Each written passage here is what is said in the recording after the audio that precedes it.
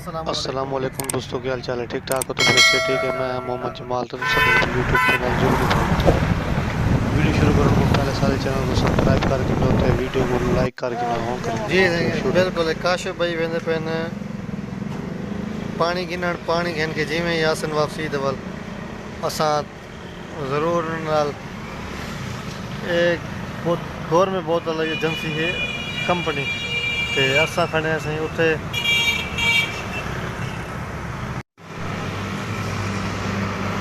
काशिफ भाई हुण जरा ना बाहरों आंदे पेन पानी घिन के ये सामने आंदे पेन पानी घिन के आंदे पेन पानी पीसूं तो भला जरा ना अगा पानी पी के वाल तो नाल वीडियो शेयर करे सूं। हाँ भाई जमाल साहब केड़ी पीस है?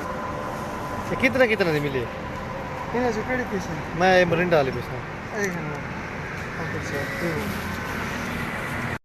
ये मेरे नाल जरा ना आके भाई भी मौजूद हैं। आके अपना क्या हाल है आके भाई? तबीयत से ठीक है ते सारे नाल ये भी वेंदे पेन घूमण फिरण वेंदे पे पैसा ते तोरे नाल वीडियो भी शेयर करे सूं ते सारे नाल दसो।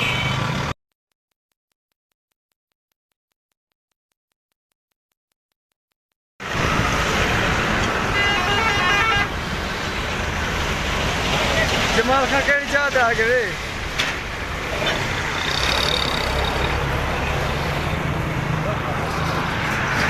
जमाल खां से बोल नहीं मैं सकता, बोतल छिकी पे बस कर बोतल न खा मने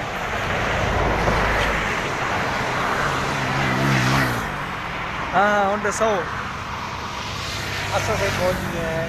अल्लाह ताला का खैर करम नाल जमाल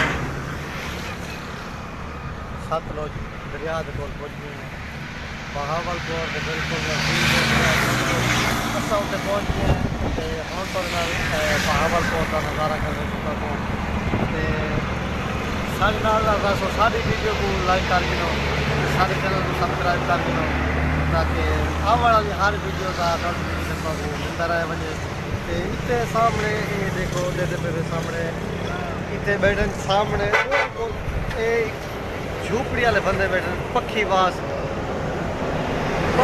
जेड़े बैठे ये आज इतने बैठन सवेरे कहीं बई जा बैठे सन ऐसे बहुत सोहनी बस्ती बनी खड़ा अपना यानी कि जिंदगी बसर करते पे रेलवे इंदे नाल लाइन दे नाल है बिल्कुल पक्षी वास आदन भाई ये आज रात इतने सवेरे कहीं बई जा दो सन परसों कहीं बई जा दो शाकर तो दौड़ा थी मने पक्षी वास नाल नलावे यारी पक्षी वास सदामना पौंदे ये तो लद के मदिया टुर पौंदे इन्हां नाल भी जामना पौंदे ये तो पिंजड़े होंदे जग दे यार इन्हां नाल भी नामना पौंदे।